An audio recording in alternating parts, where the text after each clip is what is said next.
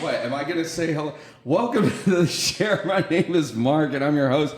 And today on the show, I've got Paul, and I've got Danny. What's up, guys? How you doing? Hey, doing pretty good. So, I brought the recovery band up here to this amazing view looking over Miami, and they want to kick it for you guys. Ready? Yeah.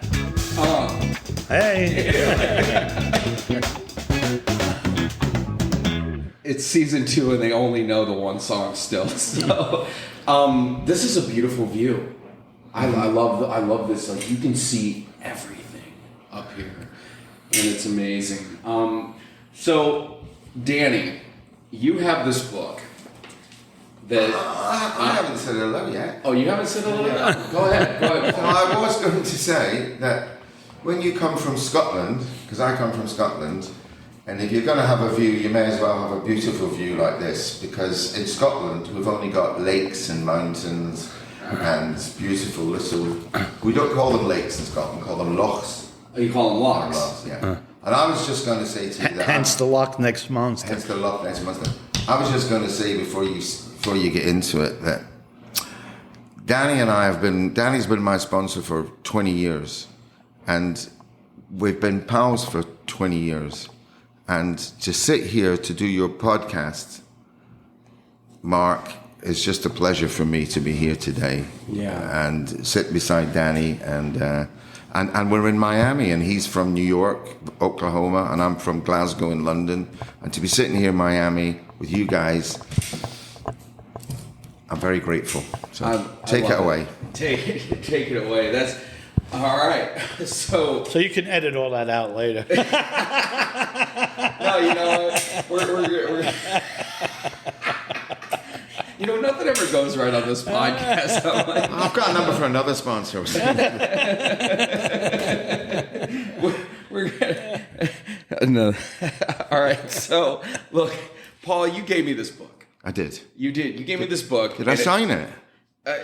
Yeah, you did. I've got your autograph right in there. Yeah. That's and this is so I was at this meeting room, and Paul, I meet Paul, and we kind of hit it off a little bit, and next thing I know, I'm talking to you, and you're telling me about this book, and I'm like, okay, and so you handed it to me, and here's the funny thing is that it sat on my shelf at home for like a month, and then all of a sudden one time I'm looking at it, and I'm like, let me see that book. And I crack it open, and it says, The 20 Most Misunderstood, Misinterpreted Mistakes of the Big Book of Alcoholics Anonymous. And I open it, and this is one of the first things that I read. You talk about the set-aside prayer in there. But it's this. When you're talking about the newcomer, you know what I mean, I want this. You. Want what? Newcomer. You know what? I want it. Me. It. What is it? Newcomer. Sobriety. I want sobriety. Me. Oh, what is sobriety to you? At this point, the befuddled look comes over them as they search the data in their brain to explain sobriety. Newcomer. Well, I'm not really sure. Me. Then how can you be so positive that you want what you are not even sure it is that you want? And my point being that each person should be able to define what it is that they are searching for. I asked them to define sobriety and share with them what my definition of that is. And it says, sobriety is an alcohol and drug-free state of being characterized by freedom and happiness. Years ago, Tom B. taught me that, and that was huge. That had a huge effect on my recovery. Yeah, that was Tom Brady. He's passed now, but he was a great speaker in AA and a great scout for AA, leading the way. And that was his definition. And he said, if it works for you, take it. You know, if it don't, make up your own, but define what you're looking for. Yeah. And he taught me that.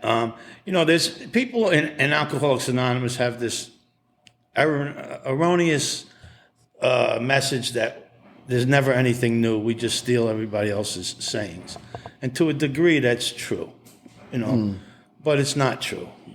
There's many things along the way that I have come up with in studying our history and studying our literature that I came up with myself. Okay. That is not one of them. That's something that I took from Tom B. And it works for me. Mm-hmm. And Because again, you know, my old joke with people when they come up to me and they, oh, I want what you have, and my pat answer to that is, you don't know what I have. I might have a rash, you know. So, yeah, I do. He wanted me to go to the pool. Himself over there. And I said to him today, let's go to the beach. We'll go to the beach. I said, I can't. I'm getting a rash. So I said, I don't want what you've got. Well, you know, that what you wrote in that is not have a goal to work towards. At this point, it'd be helpful to know that people usually mix up the two words action and activity. Action is continuous, purposeful movement, always towards the goal. Yeah. Yeah, activity is not. Activity is the hamster on the wheel going nowhere fast, swearing he's going somewhere. Now, when I defined my sobriety, I ended up defining it as a perpetual state of inner peace and happiness that is drug and alcohol free no matter what. And I mean, granted, now some days I don't knock it out of the park. Yeah. But what that did is that definition, I pulled it out of here. That definition put me, no matter what I do, in the promises, in the steps. That means that to keep that, I have to continually work in those things. Absolutely. Well, the problem that people confuse things is they think because if they go to 3 meetings a day or go to 10 meetings a week that they're taking action. Yeah. No. I kind of touched on that last night. You Yeah. know, sitting in a meeting doesn't make you a recovering alcoholic. Yeah. Any more than sitting in the chicken house makes you a chicken, right? So, but let me back up and tell you how this all came about. Okay. Because I think it's nice to know what's behind this, right? Yeah. I started, I guess it was about 31 years ago. I was sponsoring 3 different guys. And I'd meet with one guy, I'd meet with another guy, I'd meet with another guy. An hour a week, and then we talk every day. And then one day I said, you know what? You're all doing the same thing. Come to my house on Tuesday night, and we'll go through the book together. All of us, or 4 of us. And we did. We went through the book, all 4 of us. And when we were finished, we did it again, but at this time, all 3 of them had some sponsees. And a couple other people I had that I started working with. And a couple, so we did it again. And it takes months and months, about over half a year to go through it every week. And the 3rd time we did it, other people was starting to like get a resentment, like, why can't we come? It's only you got to be your sponsees, you know. And so I said, well, come on. And by the 4th time we did it, I didn't have any more room in my house.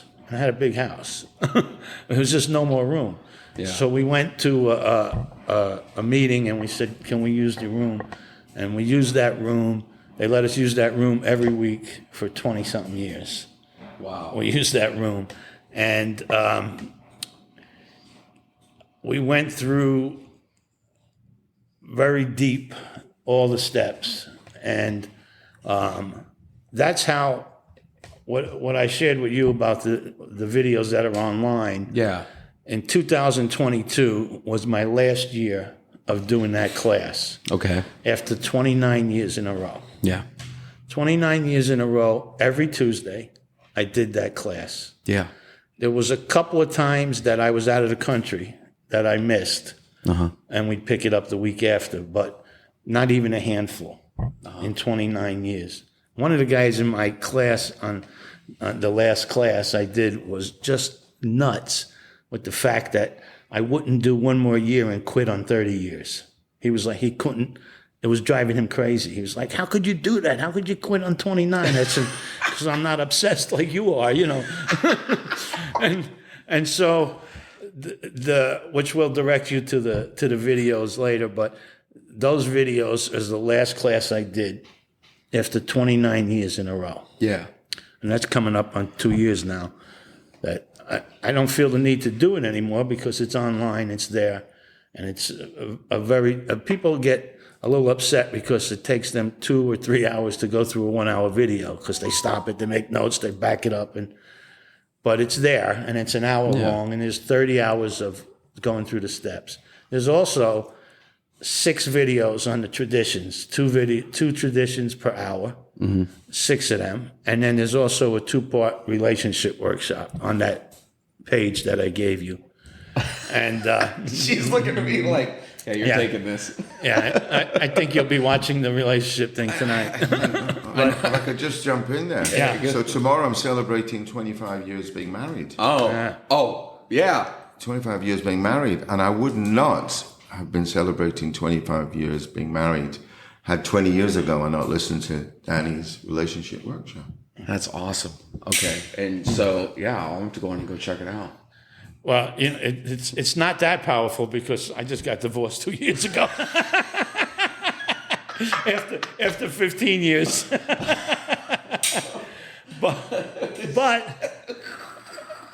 but not not I to, tell a good story. You go. not to throw darts at my ex-wife, but it's in my relationship thing. I talk about sick and sicker and sick and healthy. And if two people in a relationship are, if one of them is healthy and one of them is sick, you're in a sick relationship. Yeah.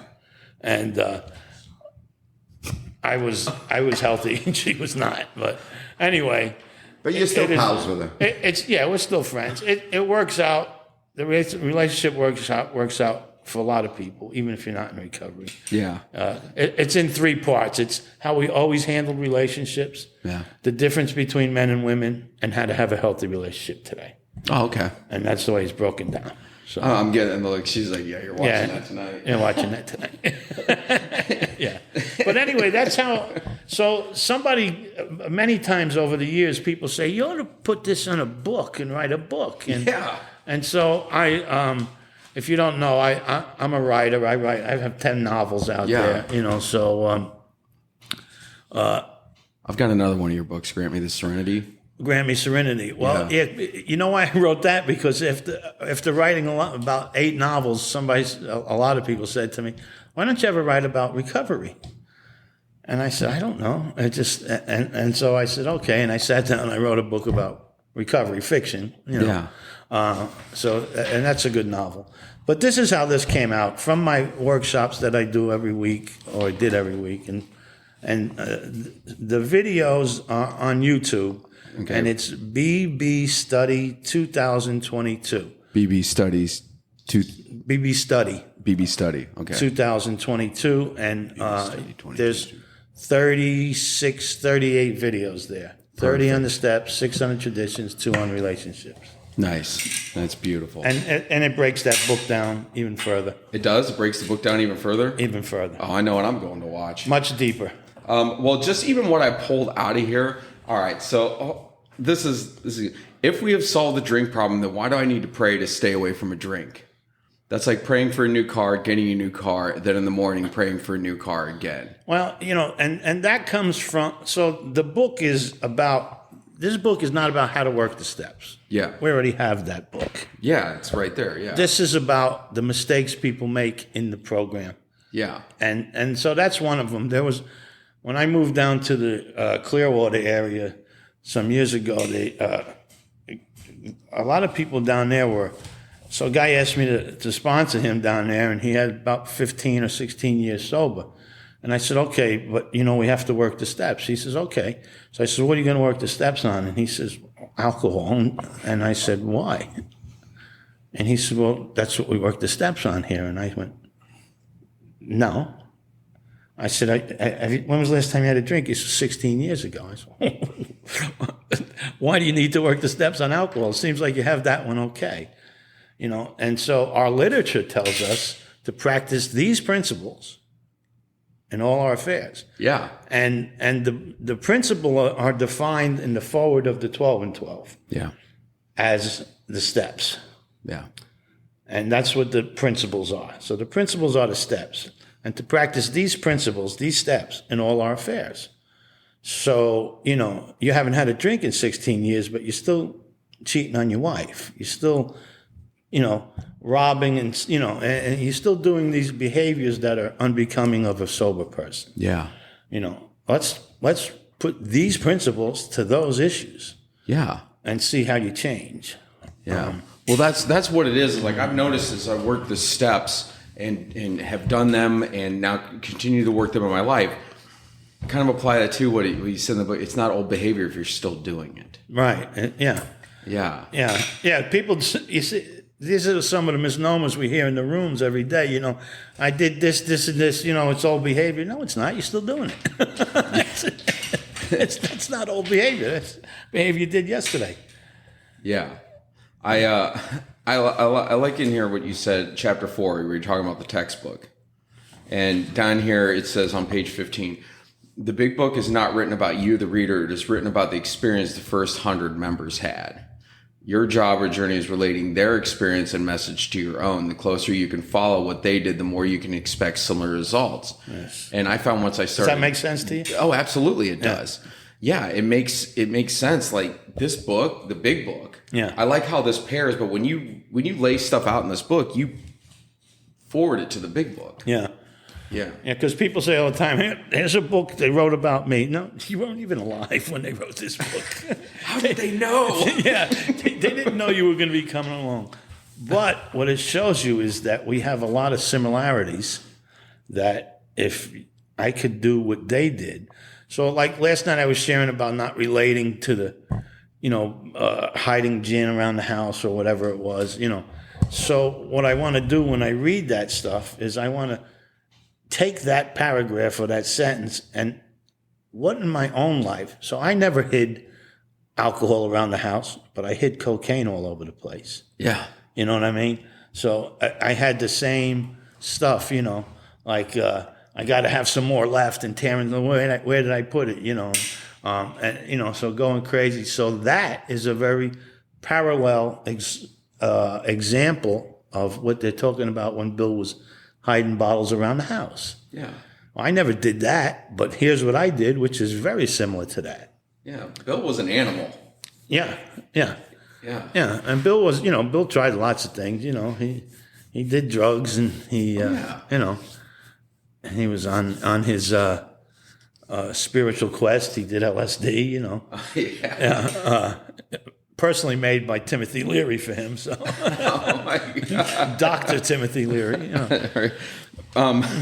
So, in this book, you talk about the disease concept. Yes. And versus twofold versus threefold. Now I went digging through the big book. This book, you talking about that, got me digging through here because here's why. I've had 3 sponsors. Right? I went through one, it was real quick. Second one was kind of a big book thumper. And the third is the one that I still work with. Now, the second one, it told me this thing's threefold. So when you said this, it caught me. And so I went through and I actually found it on page 355 of the big book. Okay. And where it talks about. What did you find? What did I find? Hold on. What, you mean you found the world threefold disease? No, twofold. Twofold. The explanation that alcoholism, this is on 355 in the story, it might have been worse. The explanation that alcoholism was a disease of a twofold nature. Yeah. Well, we don't, even though he's agreeing or he's backing up what I'm saying in that story, we don't count the stories. Yeah. We don't, the stories are personal stories for people and their experience. That's one of the things I don't like about the 12 and 12, especially step 2 in the 12 and 12. What Bill did was he asked a bunch of sober people to write their experience with God, and that's what came out in the 12 and 12 in step 2. Okay. And so those are not directions; those are personal experiences like that. Even though here's the thing that I. And first, let me say this, because I'm sure there's a lot of people ready to turn this off right now because they're threefolders. I've got lots and lots of friends in recovery that believe it's a threefold thing. And, whatever works for them is, I guess, the best way to say it. I'm not here to tell them they have to do it this way. Okay. There's some problems with me with a threefold thing. First of all, the first problem is it doesn't say so in the book. Yeah, it never does. Yeah, that's the one thing, because I did go through so. it. There's I think 158 times that it talks about mental, physical, mind, and body. Yep. 158 times. Lots of things in this book are repeated in different ways. Yeah. So you think if Bill wanted us to believe we had a threefold disease, you'd think he'd say it. Yeah. Right? He doesn't mention it. Then I refer to 3 pamphlets that are AA pamphlets, where the question is asked, what is alcoholism? and I don't have them with me, but I'm not even sure what the there's 3 pamphlets that I might even mention them in the book. I don't know. But if you read, the question is asked, what is alcoholism? Each one of those pamphlets define alcoholism as mind and body, mental and physical. Yeah. None of them reference a third thing. And so it's a misunderstanding of our literature to say that we have a threefold disease. We have a disease of the spirit. We do not have. What you're saying then is that the God that's in me is diseased. Yeah.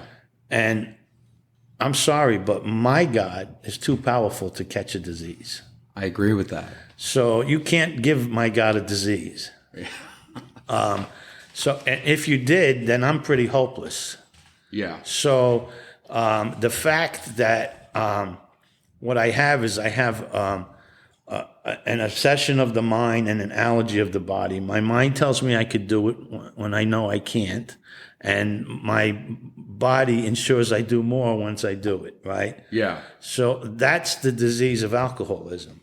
Yeah. And years ago, I was speaking at a convention, and I won't mention his name. He's a friend of mine.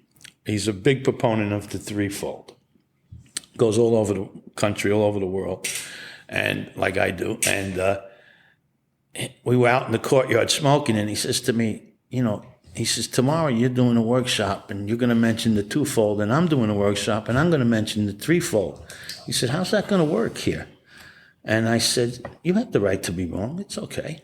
And I said, listen, show me anywhere in the book where it talks about this. And he went to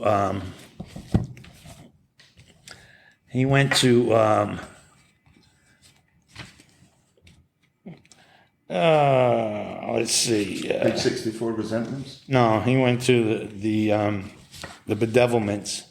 Oh, the bedevilments and what, we agnostics? Yeah, page 52. And he said, here, Danny, and he said, we had to ask ourselves why we shouldn't apply to our human problems with the same readiness to change our point of view. We were having trouble with personal relationships. We couldn't control our emotional natures.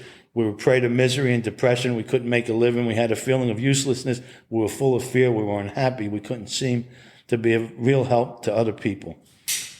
And that's was what he said was the spiritual disease. I said, you missed the first sentence. He said, the first sentence. I said, yeah. We had to ask ourselves why we shouldn't apply to our human problems the same readiness to change the point of view. So what this is calling the bedevilments is human problems. Yeah. It's not calling it a disease. Yeah. And to stretch that far is putting your own opinion on what's written here. Yeah. The book is calling it human problems. You're calling it a spiritual disease. Where do you come off doing that? And in the big book, it's only mentioned once, the words spiritual disease, and it's referring to resentments. Well, that's on page 64. They'll always go to that. Yeah. Because it said resentment is the number one offender. It destroys more alcoholics than anything else. From its stem all form of spiritual disease. There it is right there. But it says from resentment. Yeah. From resentment. From resentment, not from alcoholism. It doesn't yet, exactly. Yeah. So alcoholism is not being referred to there. Resentment is. So all of these threefold people, they'll always pre-offer their opinion that everything I say is out of the book. But it's not. But it's misquoted out of the book at that point. It's way misquoted. Spiritual disease is about resentments, not alcoholism. Yeah. And the bedevilments is about human problems. So this is not. So here's the thing: every human in this world is spiritually sick, to greater and lesser degrees. Mother Teresa was spiritually sick, to greater and lesser degrees. That does not constitute you being alcoholic. Now, every alcoholic is spiritually sick, but every spiritually sick person is not alcoholic. Yeah, I agree with that. So I agree with that. Being spiritually sick does not constitute you being an alcoholic. Yeah. So I have an issue with the fact that there's a great proponent of people that call this a threefold disease. Again, I'm not going to argue with them. I'm going to share with them my truth, and I'm going to share with them what the book says. Yeah. The book does not say. I mean, first of all, that's the proof right there.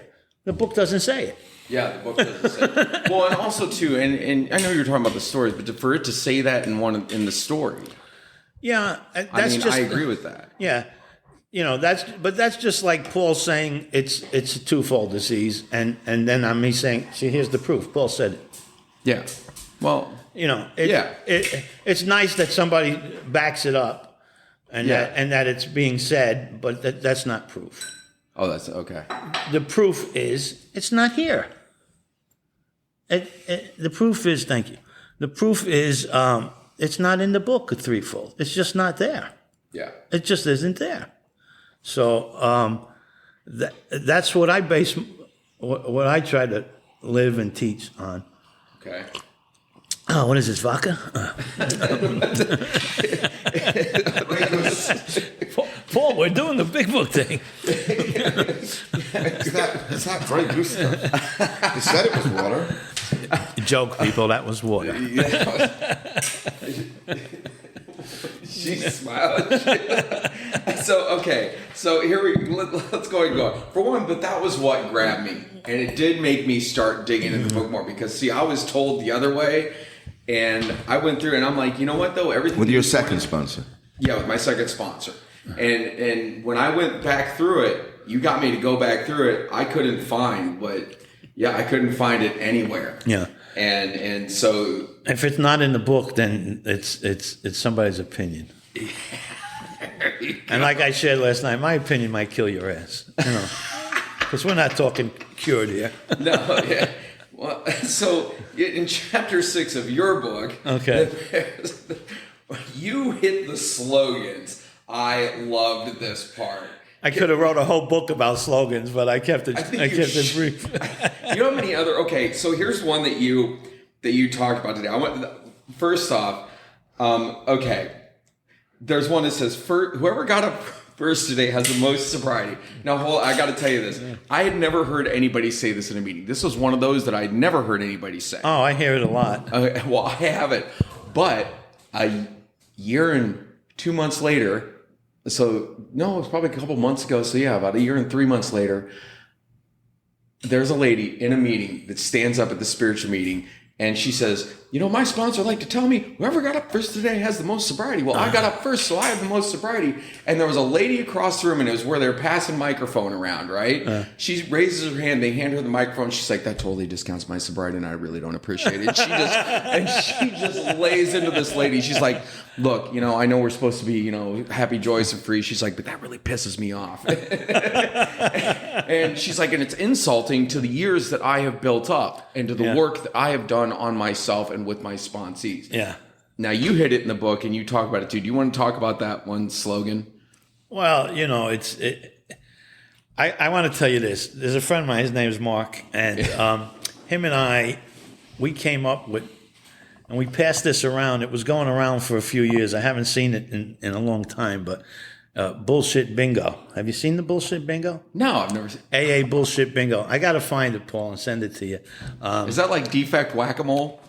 Well, it's a bingo card. Oh, really? And it's got little sayings on it, right? And if somebody says it in the meeting, if you're in a meeting between me and him, who can get bingo first, right? And yes. Can you please have one of those cards? Yeah, I got to find them. They're about this big, but we called it bullshit bingo. And so if somebody said whoever got first, or any of these other sayings. Oh, you do get it. Bullshit bingo? Yeah. AA bullshit bingo. So nothing is there. So that was very similar. But so this one, whoever got up first this morning, I don't find it insulting to me personally. Well, this lady found it insulting. I can understand why. I don't find it, but I find it cheapening the program. Okay. For sure. Listen, I'm coming up in a few weeks on 32 years sober. How long are you sober? I got a year and a half. God bless you. That's fantastic. Thank you. And not to discount your year and a half, and he's got 20 years. Paul's got 20 years. Okay. And not to discount your year and a half, but you have no idea about going through life issues. First of all, dealing with a breakup at 30 years sober was much different than dealing at a breakup 15 years sober. Really? Or 12 years sober. Dealing with life, I've had more experiences, people dying, things, because I've been around longer than you have. Yeah. And I have more experience in helping others through similar things. So my 32 years is important. It's not the greatest thing in the world or the most important thing in the world or in any room, but it's important, and there's more experience there than 18 months. Yeah. It's just is. So. Well, yeah, that I do find that to and be I don't true. give a fuck if you got up at 4 o'clock in the morning. You ain't got more sobriety than me. Well, that's I think true. he went to bed at 4 o'clock in the morning. Now, hold on. Can I argue the opposite side of Sure. that? Okay, what about the person that's got like 30 years and is a total dry drunk and has not really worked the program recovery and is just 30 years sober? Right. So, Okay. That's another podcast. yeah. Well, that's a whole- that would be, that would be focusing on the guy that shoots people with his gun. Yeah. And then arguing that we need to ban guns, because one person is an asshole and did the wrong thing, is not a reason why the rest of the people should be punished for it. And in the same respect, the guy that 30 years stark raving sober. Yeah. That's what I call those people. They're stark raving sober. A guy 30 years stark raving sober should not be a catch-all for everybody else that's got sobriety. That's true. So we don't point to one person in anything in life and say, because you did this, everybody like you is like this. Mm-hmm. There are many people I kind of find that once you hit 30 years, it's very rare that somebody goes back out after that time. It's rare. I think from 5 to 20 or 25 years is more. You'll find people going back out. And you go, he had 18 years sober, he went back out. But you don't hear a lot of people, he had 36 years sober, he went. That happens, but it's a rarer thing. But there are many people. So when I was doing my class one year, there was a guy who had 45 years of sobriety. He asked me to sponsor him. And I said, why do you want me to sponsor you? You got way more time than I do. And he said, I've never really, he said, I'm getting a divorce, my business is going under, and my life is just shit. I said, when was the last time you worked the steps? He says, 45 years ago. I said, so you worked the steps. So you worked the steps and that's all you've done? And he said, yeah. So, because there's a lot of people, and this is just the truth, and I don't know how we got onto this from the slogans, but there's a lot of people in the room that aren't real alcoholics. But it's not our place to call them out, because they're welcome just like we're welcome. The only thing is, somebody that's not a real alcoholic, they don't have to work the steps. Their life sucked, and they came into AA, and they had some problems with alcohol involved, and they came into AA, they stopped drinking, their life got better, people hug them, tell them keep coming back, they invite them to parties, they do all things, they get a life. Yeah. And they're happy. And so they keep coming to meetings, and they got 20, 25 years sober, whatever. But the problem with that is they don't work the steps themselves. So now when they start sponsoring people, they start sponsoring people not like we sponsor people. Yeah. Because for me, I'm a real alcoholic, and my life depends on me applying these principles in my life. Yeah. But for somebody else, that's not necessarily the truth. So what they pass on is more of a mess than a message. Yeah. I can. Yeah. But going back to your question, with the whoever got up first this morning, it's just it's a joke, and it's stupid. Yeah. And it's Well, I almost saw a it's a brawl break out disrespect of that to the meeting. program. Yeah. Yeah.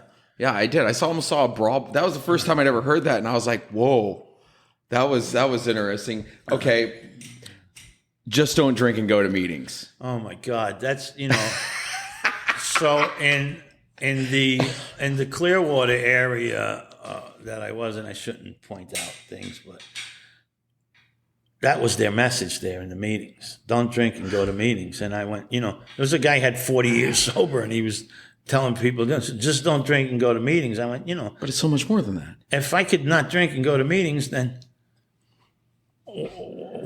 because this is, to those people, it's all about alcohol and drinking and not drinking. And that's not what this program is really about.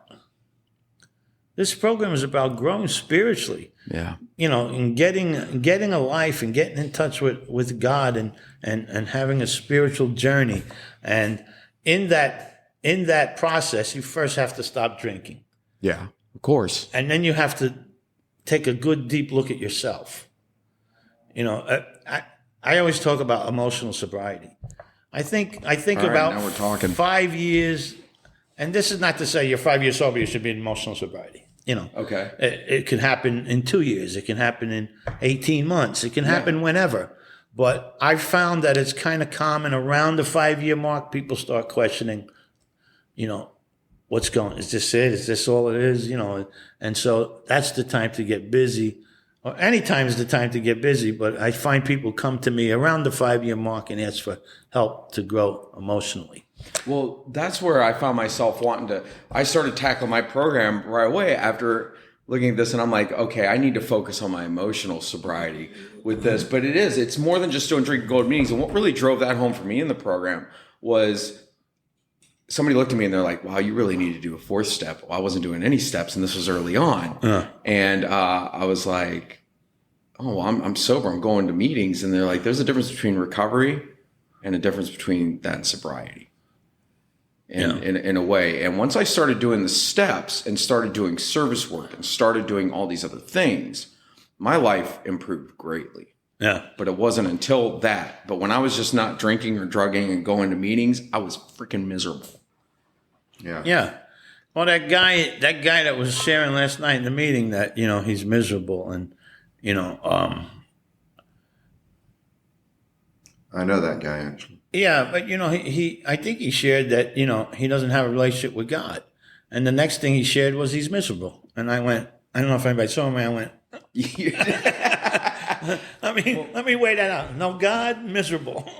Well, that's true. Once I developed a relationship with God, I stopped playing God less and less. Yeah. In that. And Paul, what do you think? Well, I remember when, just very quickly, so the first group I ever went to in Oklahoma, that Danny took me to, was called the Rock Stops here. And 6 months in, or even less, 3 months in, Danny said, I want you to go back to London and I want you to open up a meeting in London. We did it on a Tuesday night called the Rock Stops here. And it started with 6 people.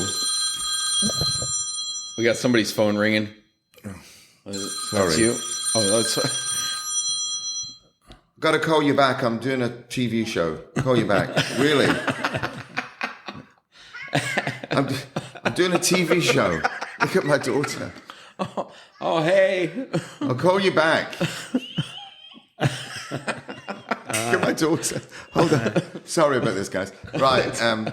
So Danny said, go back to London and start a group called the Rockstar Clear Group. Yeah. And we started it on a Tuesday night. It was 6 people. It turned into about 60, 70 people. And most of the people in there, I still see. Yeah? Yeah. It was my home group. I've changed it to another night.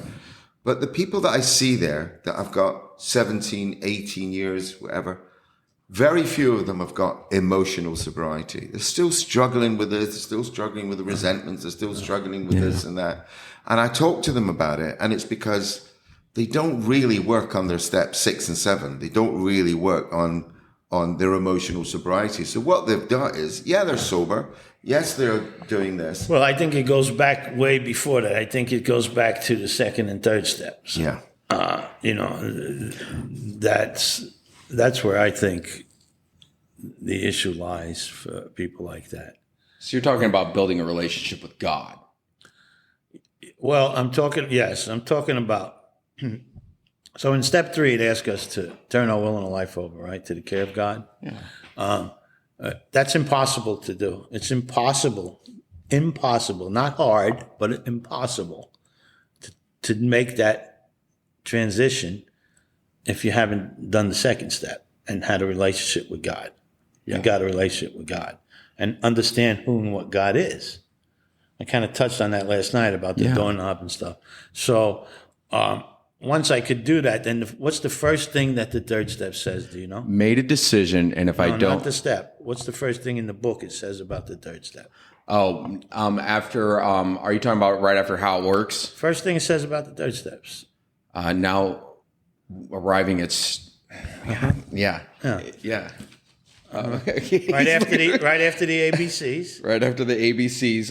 Now maybe, I'm sorry, I'm blanking here. I know it's here it is.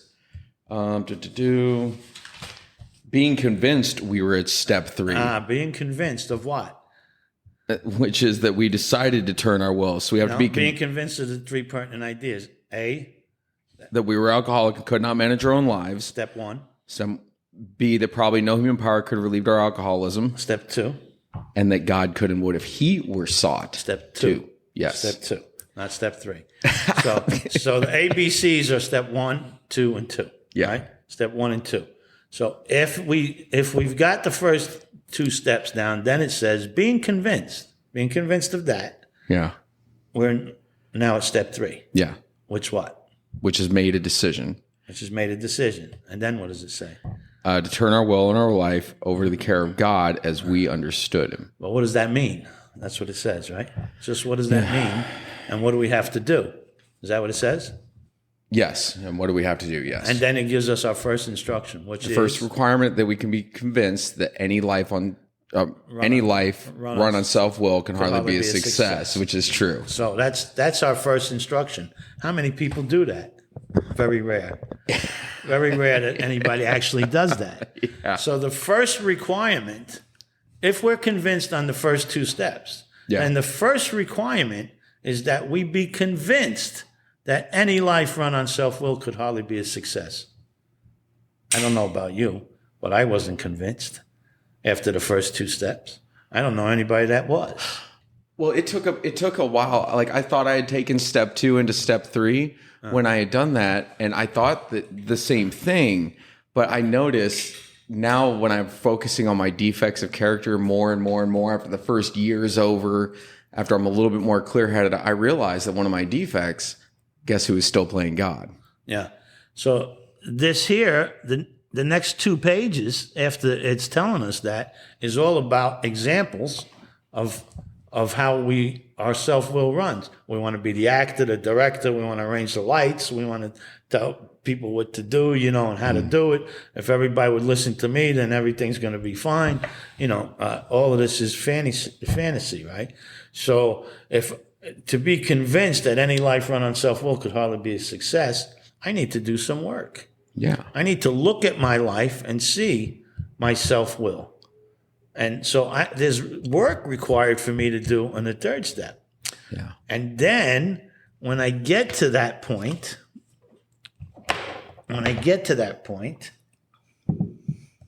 we are now. It's over here, and I break all of this down deeply in the book, right? Yeah. I mean, in my videos. When we get to the top of page 63, everybody calls that the third step promises. Those are not the third step promises. Yeah. They're the second step promises. Because what does it say? When we sincerely took such a position, all sorts of remarkable things followed. We had a new employer. There's 10 questions there. Being all powerful, he provided what we needed. All right, there's 10 questions here. Okay. Right? And then at the end of that, it says we were reborn, right? We became less and less interested in ourselves, our little plans and designs. More and more, we became interested in seeing what we could contribute to life. Yeah, it says down here at the bottom of the paragraph, as we felt the new power flow in, as we enjoyed peace of mind, as we discovered we could face life successfully, as we become conscious of his presence, we began to lose our fear of today, tomorrow, or the hereafter. We were reborn. Right, we were reborn. So now, those are 10 results of the second step. And if you have those, if you can stop right now and read each one of those and ask yourself, do I have this right here and right now? Then guess what? Look what it says. We're now at step 3. Wow. We're now at step 3. So if you don't have these things alive and well in your life, you're not at step 3. And so moving on, when Paul talked about these people not being happy, or other things, you can't be happy when you're a selfish son of a bitch, because everything is about me. Everything is about what I want, or what I think I have, or what I'm afraid I'm going to lose, or what are they going to do when they find out. All of these things, the world revolves around me and my selfishness. The book talks about 100 forms of fear: self-delusion, self-seeking, self-pity. We step on the toes of our fellows. Yeah. Right? Everything is about that. And how can I be in emotional sobriety if this is going on in my life? Yeah. I can't. So all of these things are deeply talked about in the videos. Deeply talked about and explained. Oh, yeah. All right. Well, looks like I got some video watching to do, because I just feel like I just got smacked across the recovery here. Yeah. It's interesting stuff. This is good. What were you saying, Paul? I said, I just looked it up just now. If you go into YouTube and put in that BB study 2022, it comes up. Perfect. Yeah, it comes up. Well, I thought I was right where I was supposed to be. But there's so many things. And I've shared this with you. Listen, I guarantee you, if you went through the videos, Yeah. I guarantee you're going to learn something new on every step. Well, it looks like I'm guaranteeing I'm going to go through those videos. Yeah, on every step, you'll learn something new. Yeah. Yeah, because that was obviously something. You know what? Never mind. So, to finish this off, because many people call this the third step promises, but they're not. The third step promises are actually... Well, because there's the third step prayer down there, right? Well, here's the third step. You haven't done the third step yet. How can you expect the promises to come true for you when you haven't even done it yet? Yeah. It's kind of like when you were a kid, your mom said, if you keep your room clean all week, throw out the garbage, at the end of the week, I'll give you money to go to movies, right? There's a promise there, but it's attached to something. There's a requirement on your end in order to get that promise, right? And the same thing here. So you don't get the promise before the step. The third step promise is in the fourth step. It's right here. It's on page 68. It says, perhaps there is a better way. We think so. For now, we are on a different basis, the basis of trusting and relying upon God. We trust infinite God rather than our finite selves. We're in the world to play the role He assigns, just to the extent that we do as we think He would have us and humbly rely upon Him. Does He enable us to match calamity with serenity? That's the third step promise. If you're able to match calamity with serenity, you have the third step in your life. Beautiful. So the idea that I'm going to be able to walk on emotional sobriety when self-will is still running my life, Yeah. to a greater or lesser degree, we're never going to get rid of self-will, but we have the ability to squash it. We have the ability to ignore it. We have the ability to work through it, and we have the ability to grow better than it. Yeah. And to be honest with you, when these things come along, these self-will things, especially when it's our defects of character, which can show up every day. Oh, absolutely. As the years and years pass, and I've learned to work on step 6 and 7, for example, I know when I've done something wrong or said something, like it might just be judging somebody, sitting on the beach going, look at that person, and then I'm thinking, do you know, why would I say that? That's so wrong, because God's will would not be like so judgmental. But first thought, I can do something about the second thought. Yeah. I don't have to hang on to that. And for example, the lady that you mentioned in the meeting, that was upset with the other lady. Yeah. You see, whatever, that's going to happen. You get bumps in the road at every meeting. Yeah. But, I've kind of learned over the years that if somebody says something that I don't agree with, I can just say, well, I don't agree with it. It's not going to upset me about it. I'm not going to take it out the room and start to think that I can't believe she said that. It's really upset me. It's really affected my, day and my recovery just because she got up 2 hours. It's not going to, because that's her stuff and this is my stuff. Yeah. And you gave me a brilliant example yesterday about the biggest thing that happens in our defects of character, which is the guy that cuts us up when we're driving our car. Go on, tell me this. The guy cut. I said, if you let him in, he can't cut you off. Yeah. No more road rage. Yeah. Hey, come on, go ahead, man.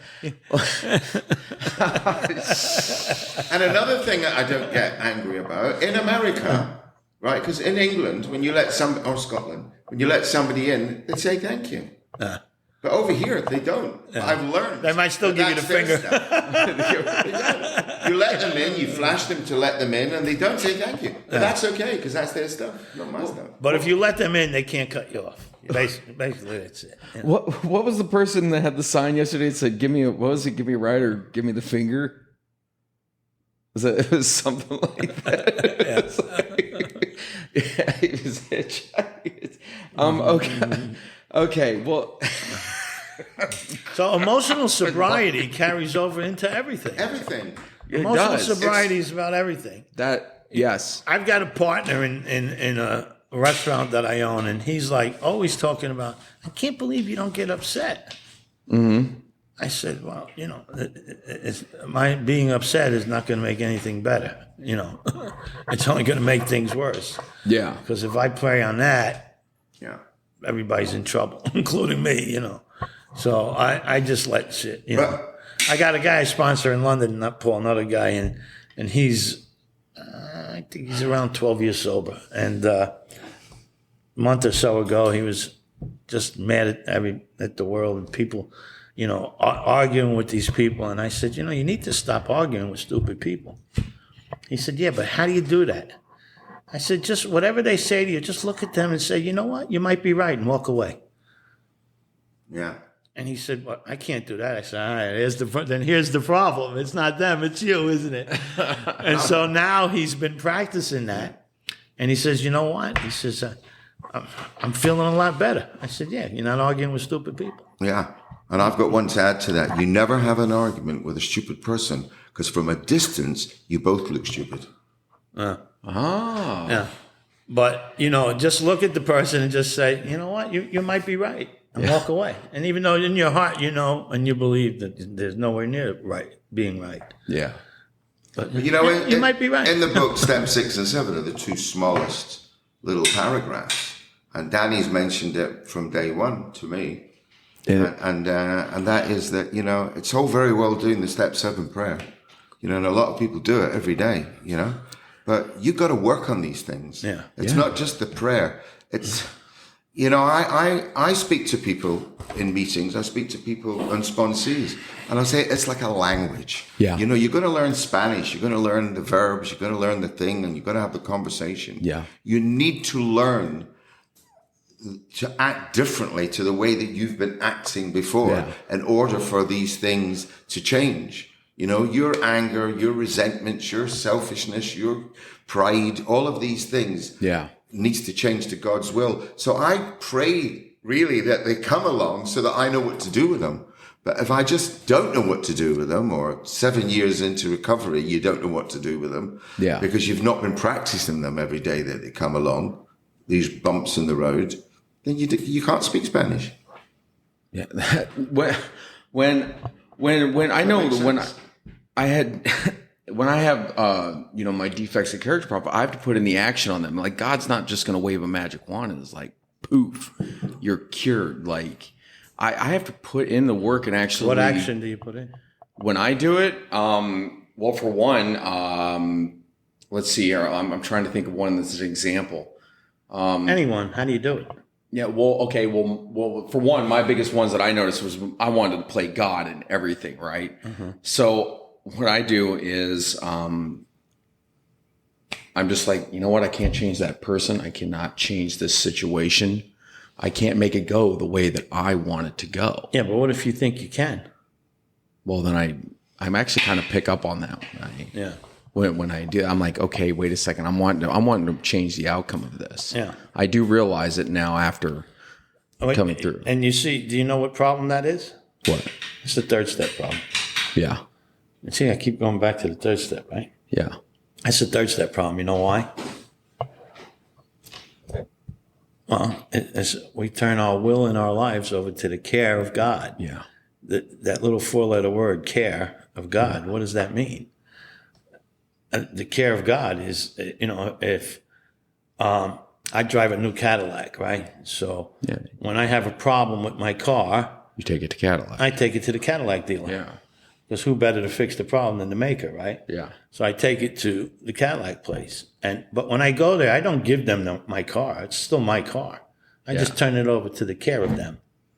Yeah. And they take care of the problem and give it back to me. Right? It's my Like a car. tune-up, a polish. Right. So when there's something wrong with me, who better to go to than my maker? Because you're made by God. I'm made by God. Yeah. So I don't give my life to God. When God wants my life, I'll know about it. What I do is I turn over my things, the way I'm thinking, the way I'm acting to the care of God. And I let him handle that. So it's a third step problem if, you're trying to figure out, what you can do and fix this and make this better. So the word care is the best way. Here's the meaningful thing in step 3. Step 3, the word care, you learn to look at what you're doing, check yourself before you wreck yourself, do the best you can in any situation, and then get the fuck out of the way and leave the results to God. Yeah. If you can get out of the result business, which is what the third step is all about, then your life is going to soar spiritually. Yeah. If you can get out of the result business. So you do the best you can, and then you back away. Yeah. And whatever happens, you be okay with. Yeah. That is what we're talking about in step 3. That's turning your will and your life over to the care of God. Do the best you can and get out of the way. Yeah. The results are none of your business. Exactly. And I've learned that the results are, it's however it comes out. That's it. Yeah. And if you're a little upset about the results, then you're still in self-will. If whatever happens wasn't the way you wanted or planned it, but you go, okay, you're not in self-will. You're in God's will. Yeah. You see that? Can you see that? Does that make sense? Oh, no, it absolutely does, because I notice when I don't worry so much about the outcome of what is happening, if I stop playing God along the way, I quit worrying about it, said, okay, whatever the results are, I'm just totally practicing acceptance. This is it. Yeah.